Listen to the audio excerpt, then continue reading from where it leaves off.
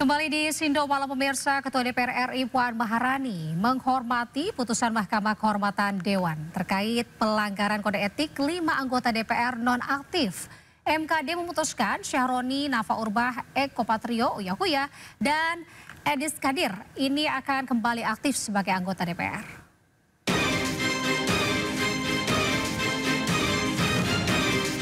Ketua DPR RI Puan Maharani menghormati putusan Mahkamah Kehormatan Dewan terkait kasus pelanggaran etik 5 anggota DPR nonaktif yakni Adis Kadir, Nafa Urbah, Ahmad Sahroni, Surya Utama alias Uya Kuya, dan Eko Purnomo. Namun Puan mengaku tetap akan mendalami putusan MKD dan berkoordinasi dengan pimpinan DPR lain. Ya, kita hormati yang menjadi keputusan MKD dan akan kita tindak lanjuti apa yang menjadi keputusan tersebut. Kan salah satunya kan Pak Adis kan diminta untuk langsung aktif kembali. Kalau dari pimpinan ini hari ini ada agenda apa sih dan sudah melibatkan Pak Adis atau belum? Kita lihat dulu kemarin keputusannya seperti apa dan hari ini belum ada agenda apa-apa karena ya nanti mungkin saya akan bicara dulu dengan para pimpinan yang lain terkait dengan keputusan MKD yang baru diputuskan. Sebelumnya, MKD menjatuhi putusan berbeda terhadap 5 anggota DPR nonaktif. Politisi Partai Nasdem Ahmad Sahroni terbukti melanggar kode etik dan dihukum nonaktif selama 6 bulan sejak ia dinonaktifkan dari DPP Partai Nasdem. Artinya, Sahroni baru aktif kembali menjadi anggota DPR pada Maret 2026 mendatang. Politisi PAN Eko Hendro Purnomo atau Eko Patrio juga dihukum nonaktif selama 4 bulan karena terbukti melanggar kode etik. Artinya, Eko Patrio baru aktif kembali menjadi anggota DPR pada Januari 2026. Politisi Nasdem Nafa Urbah terbukti melanggar kode etik dan dihukum nonaktif selama 3 bulan. Nafa baru aktif kembali menjadi anggota DPR pada Desember 2025. Selain 3 anggota DPR yang terbukti melanggar kode etik, MKD juga memutuskan mengaktifkan kembali politisi Partai Golkar Adis Kadir.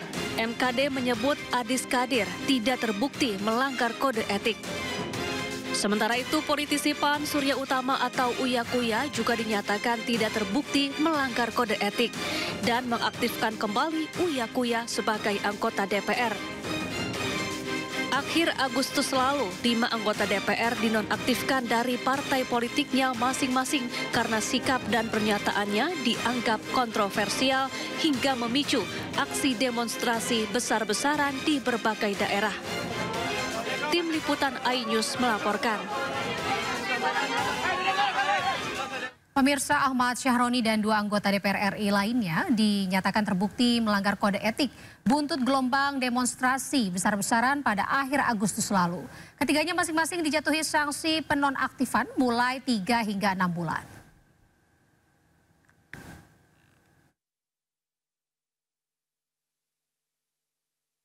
Mahkamah Kehormatan Dewan DPR RI menjatuhi sanksi penonaktifan kepada 3 anggota DPR RI buntut gelombang demonstrasi besar-besaran pada akhir Agustus lalu. Ketiganya terbukti melanggar kode etik dan dijatuhi sanksi berbeda-beda. Yang pertama, politikus Partai Nasdem Ahmad Sahroni. Sahroni terbukti melanggar kode etik dan dihukum nonaktif selama 6 bulan sejak dirinya dinonaktifkan dari DPP Partai Nasdem. Artinya, Ahmad Sahroni baru aktif kembali menjadi anggota DPR pada Maret 2026 mendatang. Selain Ahmad Sahroni, politikus Partai Amanat Nasional PAN Eko Hendro Purnomo atau Eko Patrio juga dihukum nonaktif selama 4 bulan karena terbukti melanggar kode etik. Artinya, Eko Patrio baru aktif kembali menjadi anggota DPR pada Januari 2026 mendatang. Selain itu, Mahkamah Kehormatan Dewan juga menghukum politikus Partai Nasdem Nafa Urbah. Nafa terbukti melanggar kode etik dan dihukum nonaktif selama 3 bulan. Nafa baru aktif kembali menjadi anggota DPR pada Desember 2025 mendatang. Selain 3 anggota DPR yang terbukti melanggar kode etik, MKD DPR juga memutuskan untuk mengaktifkan kembali politikus Partai Golkar Adis Kadir. MKD menyebut Adis Kadir dinyatakan tidak terbukti melanggar kode etik. Sementara itu, politikus Partai Amanat Nasional Surya Utama atau Uya Kuya juga dinyatakan tidak terbukti melanggar kode etik. MKD DPR memutuskan untuk mengaktifkan kembali Uya Kuya sejak tanggal putusan dibacakan. Sebelumnya pada akhir Agustus lalu, 5 anggota DPR tersebut dinonaktifkan dari partai politiknya masing-masing karena sikap dan pernyataannya dianggap kontroversial hingga memicu aksi demonstrasi besar-besaran yang terjadi pada akhir Agustus lalu. Pemirsa, Presiden ke-7 Joko Widodo dituding terima aliran dana korupsi proyek kereta cepat Jakarta-Bandung. Tudingan ini datang dari akademisi Ubaidillah Badrun yang klaim telah telusuri informasi PPATK.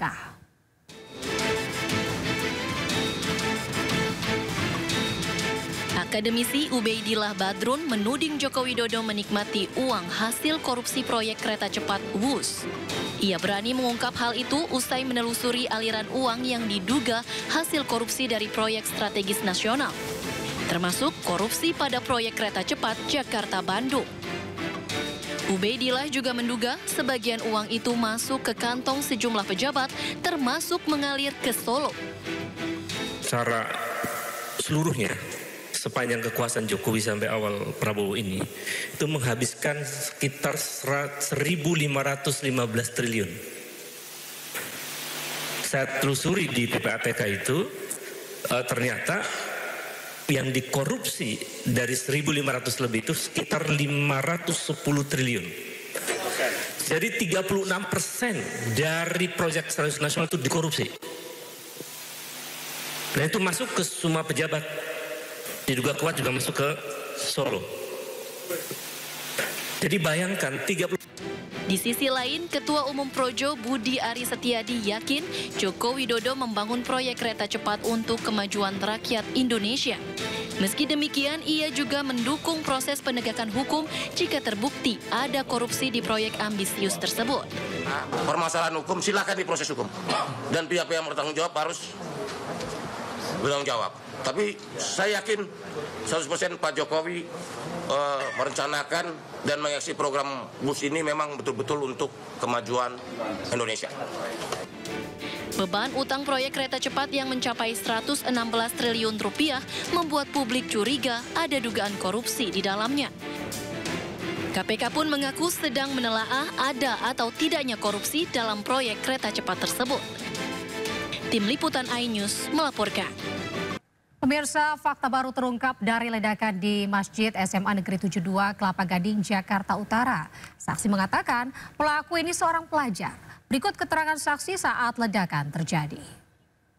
Bukti banget, terus perempuan kan dia bicara masuk ke kantin, anak-anak cewek itu nggak boleh masuk kantin, suruh masuk ke ruangan sekolah. Nah, gitu. Tiba-tiba kan udah beres tuh, langsung ceramah, Pak Ustadz. Beres ceramah langsung kan doa, tiba-tiba langsung gitu, langsung meledak, persis bom. Beneran si Bapak bom. Bapak posisi Bapak di mana tuh? Lagi barisan keempat. Barisan keempat. Ya. Dari ledakan jaraknya berapa dekat? Sekitar 2 meter setengah lah. 2 meter setengah. Kaca Bapak di sini beneran situ. Terus lalu apa yang Bapak alami Pak? Terkenal. Bapak alami langsung lari kan, lari namanya udah tua, langsung ditubruk mana.